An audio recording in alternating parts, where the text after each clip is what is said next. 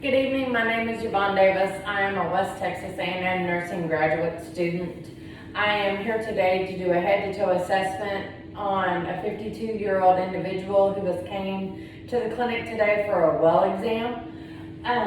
I have assessed his cognition. He's alert and oriented ×4. We have obtained his vital signs that are all within normal limits. We have calculated his BMI using his height and weight. His gait was steady upon entry. I will start with assessing from the head down. His head is rounded, symmetrical. His hair is soft, in place, no breaking. There's no balding noted. I will go down to the ears, assessing the auricles. There's no nodes or lesions. I will now go to the cranial nerve number 1, the olfactory. Can you close your eyes, sir? Tell me what you smell. Alcohol swab. Alcohol swab, very good. His cranial nerve number 2, the optic nerve, was tested prior to using the Snellen E-chart. He tested 20/30 without corrective lenses. I have instructed him that he needs to follow up with an ophthalmologist and get a yearly eye exam. Cranial nerve number 3, 4, and 6 will be tested using the 6 fields of gaze. I will have him look forward and follow my finger with his eyes only.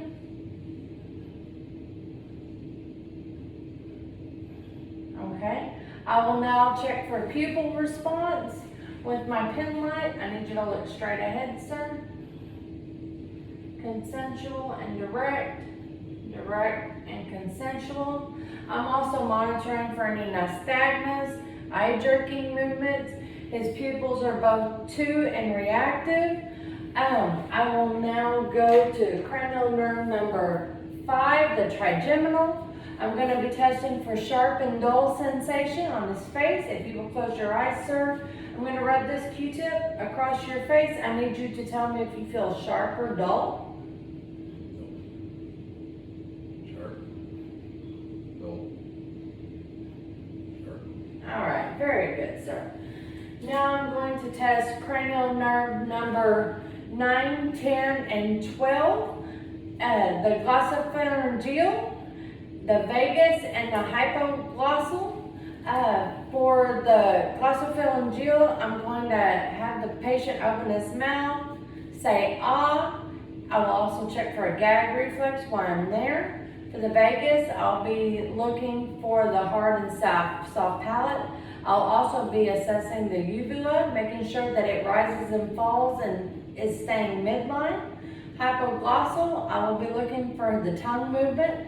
I will have him go side to side with his tongues while I'm monitoring for looking for any sores or lesions that could be indicative of cancer. Sir, if you will open your mouth, stick out your tongue, and say ah. Okay, and it did rise and fall midline. Now I'm going to check for gag reflex. All right, very good. I'm going to be looking inside of his mouth. There's no dental caries. There's no lesions. I want you to stick your tongue out now and turn it side to side. And the other way, up and down. Okay.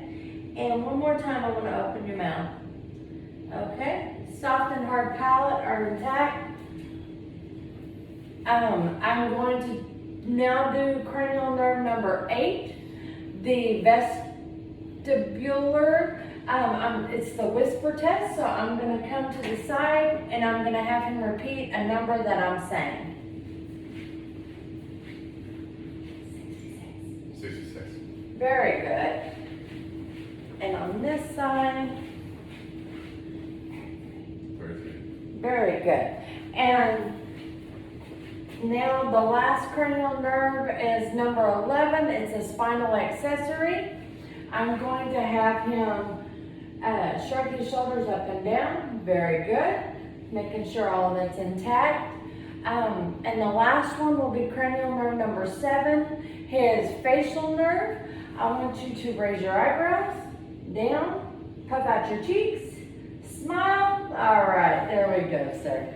Now I'm going to go to the lymph. I'm once again checking the auricles. There's nothing there. With 3 pads of my fingers, I'm looking for swelling, tenderness, making sure that his lymph nodes are not fixed, they are movable. We're going pre and post auricle. Is there any tenderness there? No. Tonsillar, submandible, submental, anterior cervical, posterior cervical, supraclavicular, inferior clavicular, and occipital. I'm also while I'm here going to go ahead and check his axillary lymph nodes. Any tenderness or swelling? No. No? Okay, very good. We will now move on to sinuses. I should have done this to begin with. Maximal, mandible sinuses. Any tenderness with palpation, sir? No? Okay. I do not have a oscilloscope, so I'm going to just utilize the Q-tip and my pen light to look in his nares. I'm making sure that everything is midline. His eyes and ears are symmetrical. Nose is midline. Mouth is midline. There's no deviation in his trachea. I will look. He has nasal hair. Nothing. No moles. No bulges. Can you plug one side of your nose for me? Very good. And the other? Very good. There's no deviated septum there. Let me see. Now I will go to the Rhine test. This is going to check for air conductivity in the ears. I'm going to hit this against my hand and then place it on your head. I want you to tell me whenever you stop hearing the sound, okay?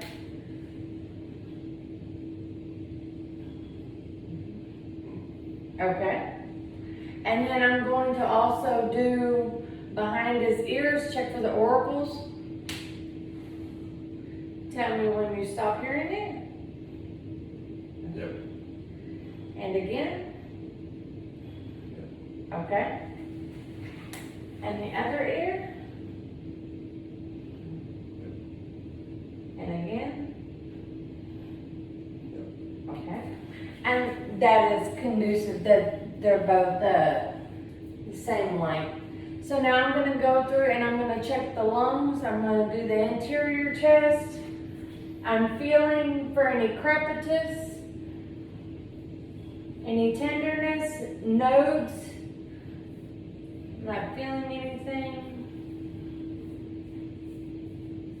Okay.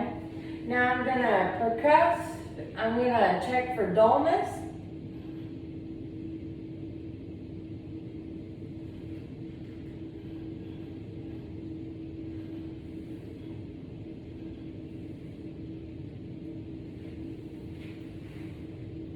Looking for dullness over a solid organ or tympani over an air-filled vessel. I'll go ahead and listen for lung sounds. I'm going to do the anterior chest first, and then I'll go to the posterior chest, which at that time you'll have to turn around in the bed, okay? Okay. I'm monitoring for any adventitious sounds, wheezing, bronchi, crackles, rales. Can you take a deep breath for me? And again. And again. And again. And again. And again.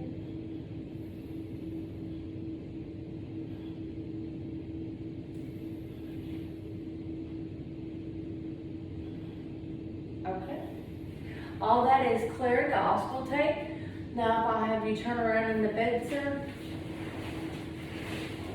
Very good. Okay. I'll start off by feeling first. I'm feeling for any crepitus. Also feeling for nodes, swelling, Any tenderness in this, sir? No. Okay. Now I'm gonna check for lung expansion. I'm putting my hands together. I want you to take a deep breath. Okay. Equal rise and fall of his chest. I'll now percuss, looking for any timpani, any dullness as I go down.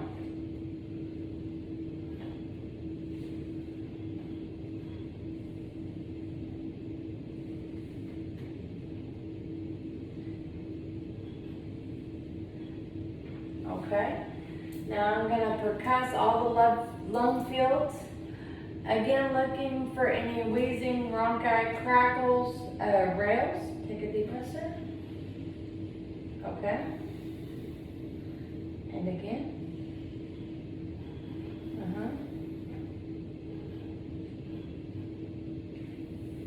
And again. And again. And again.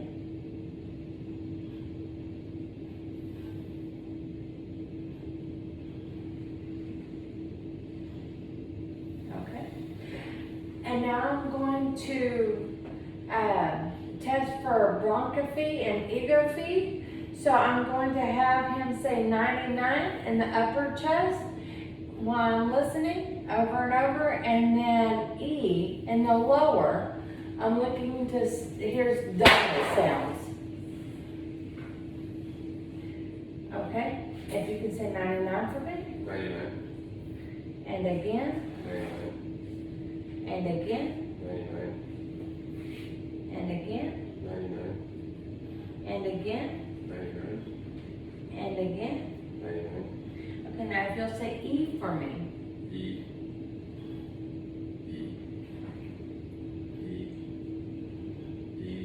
Okay, very good. Now I can have him turn back around.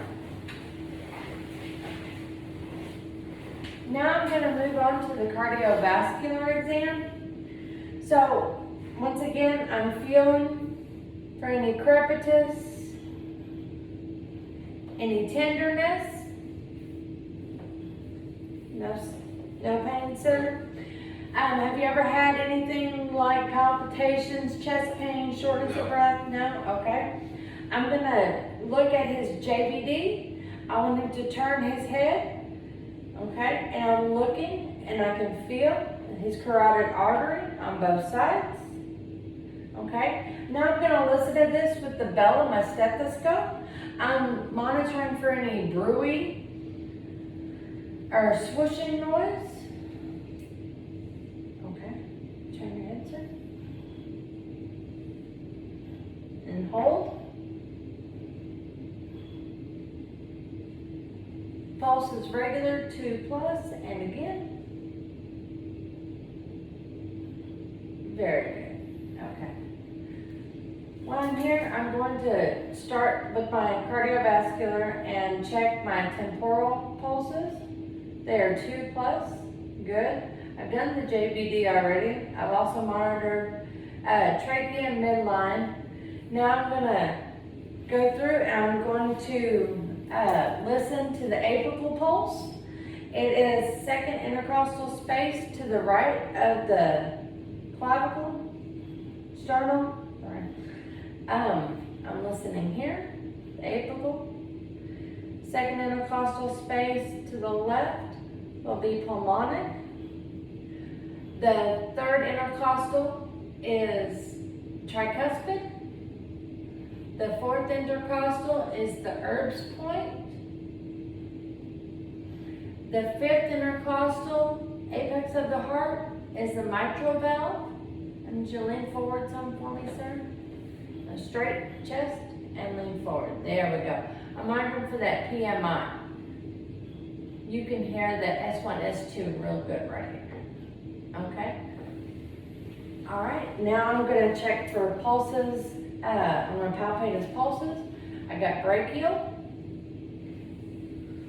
ulnar radial, going down popliteal. You're going to use 2 hands. tibialis, and dorsal pedis.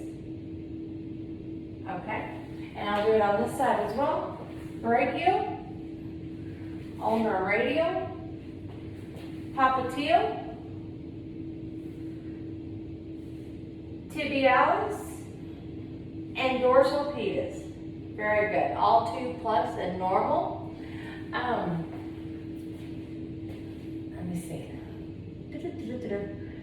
Now I can do, I'll have the patient lay down on the bed. I'm going to inspect and do an abdominal exam. I'm going to raise your shirt up, sir. Okay. I'm going to do an inspection, visual inspection first. I don't see any discoloration, no bruising, no indentions, no scarring. I'm looking at his umbilical. There's no hernia noted. I will start by inspecting, then I'll go to auscultate and percuss and then palpate. So I'm going to auscultate all four quadrants of his belly. I'm going to move this camera just a little bit. All right.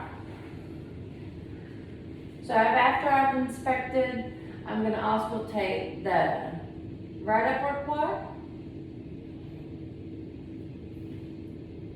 left lower quad, right lower quad. While I'm here, I'm also going to listen to the aorta. Very good.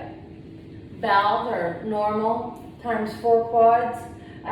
Aortic, I could hear loud and clear. I'm now going to percuss his abdomen. I'm going to start by lightly doing it.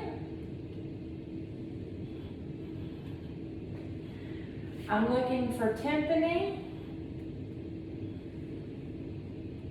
And over his bowels, that's what I should feel. I'm also, he needs to go to the bathroom. I can feel his bladder. Now I'm going to palpate deeply, and his liver is here. It's soft. I can measure it from under the nipple line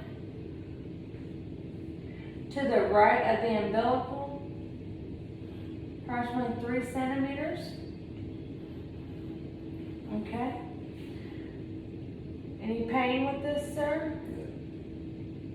Okay, I'm going to attempt to palpate the spleen. And I'm not able to, which is normal. I'm going to attempt to palpate the kidney area. I don't feel his kidney, which is normal. Let me go around.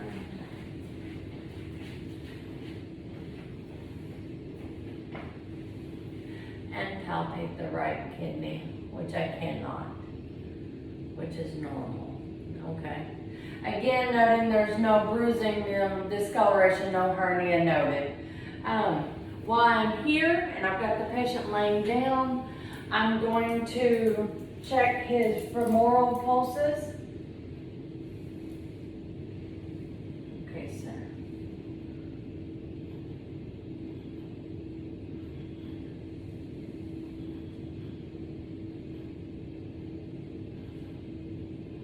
Okay. Now I'm going to look for a hip flexion. So I'm going to have the patient lift his leg up, straight. Okay. Now we're going to go abduction, adduction. We're going to go flexion, invert, exvert. Okay. Any pain with that, sir? Okay. And we'll do it with this. I'm feeling for clicking or it not gliding smoothly. Okay, and flex, induction, extension, okay, and again, he is a little older. I'm gonna go ahead and do the knee at this point. And we're gonna flex, extend, adduction, induction, and again, flex, extend, induration, exturation. Any pain with that? Range of motion in his ankles, but first off, have him, we'll test muscle strength, plantar, down, okay, and dorsal pull up, very good. Also monitoring any clubbing of the nails, fingers, and toes, could be indicative of a COPD, lack of oxygen. Checking cap refill, 3+ and good on both sides. Okay. Can you turn your ankles from side to side? Okay. Let me see here. Point of impact, can you tell me what toe I'm touching? Second one, okay. And on this side? Middle. Okay, very good. I'm gonna check his Babinski's while I'm here. I'm looking for, he's ticklish. There's no fanning of his toes, which would be a positive Babinski's. I'm also looking for any sores, lesions. If he was diabetic, they would be told to check on these areas in between his toes, the bottoms of his feet every week because of the decreased circulation. I'm going to go ahead and have the patient set up now. I'll help you up, sir. All right, we're going to go ahead and check reflexes at this time. I'm going to use my hammer and we're going to check the brachial reflex. Okay. And just relax. Radial. Okay, very good. Other side. And on this side. Brachial. Okay. And ulnar. Okay. Now I'm going to check his popliteal. And I need you just to relax. There we go, lift that leg hang. There we go. And Achilles. Okay. And the other side as well. Relax. Okay. Okay. I do not have an ophthalmoscope, but I will suggest that I'm looking in his ear. I'm going to pull up and back, and flash the light in, make sure there's no cecum or wax buildup, which there isn't. I'd be looking for a tympanic membrane, pearly and gray, intact, very good. I will now have the patient stand up. I'm going to check a Romberg. Close your eyes, sir. I'm checking his gait and balance. Okay, very good. Can you tuck your chin? Okay. And up. Very good. Neck strength. I want you to push against my hands. Okay. And again. Very good. Do you feel sensation on both sides, right and left? Yes. Okay. Can you squeeze my hands for me? Very good. And if I can get you to sit back down for me. This completes my head to toe assessment. Now I will move on to me verbalizing the testicular technique. So when you're testing a male patient's testes, you will be sitting in front of them. You will inspect the shaft, looking for moles or warts, lesions. You will also make sure that the testes are both hanging symmetrical. Looking at the skin, you will be checking the skin folds, the flaps. You're also going to note if there's any drainage from the penile area. You're going to encourage your gentlemen, your teenage boys to do this every month. They can look in front of a mirror and making sure that there's no swelling to one side, that one's not tucked up, and they haven't developed any rashes and whatnot. For the male rectal exam, multiple positions can be used. You can have the patient sitting up, leaning forward. You can have them, most comfortable is usually a sideline position with one leg raised like this on the bed. You know, you would have a gloved finger on, put some lube. You would first examine the external, looking for hemorrhoids, lesions, anything, external marks, bleeding. Then you would put lube on one finger, insert it into the rectum. You're going to move clockwise to the 6. You're going to feel for any lumps or swelling. You're also going to palpate for the prostate. You want to find out if it's smooth. You don't want it to be enlarged. You're feeling for tenderness while you're there. It should be, the 6 to 12 counterclockwise position. If they have any trouble with urination, a stop, a go, they need to make sure that they're coming in to see their primary care physician. Now for the female, and males too, for the breast exams, you're going to tell them to use the 3 pallets of their fingers. They're going to want to make sure that they're inspecting the axilla area for any abnormalities, looking in the mirror, monitoring for any dimpling or one that's enlarged more than the other.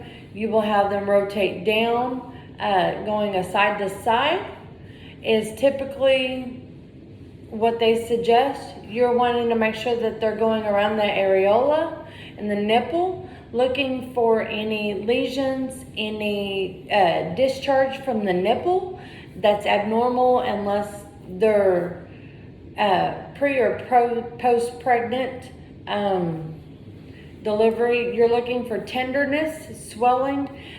Encourage them to do self-exams Q month.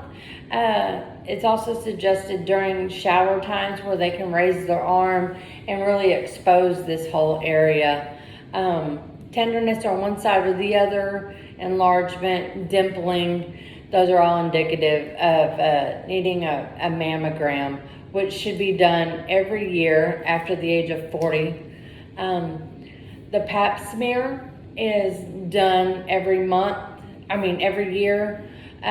For anybody of pubescent age, they'd go to the gynecologist. They use the speculum. After they inspect the exterior of the vagina and the labia, they'll pick a speculum which would be best appropriate size.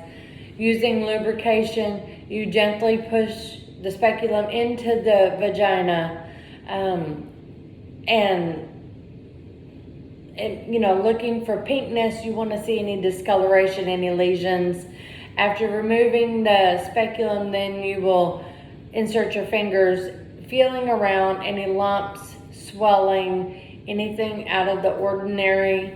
Tenderness when you palpate the area. You encourage young girls to do this at least once a year at their gynecologist. After menopause, then you could go to every 2 to 5 years, whatever the OBGYN suggests. This is all of my head to toe assessment. I appreciate it and thank you.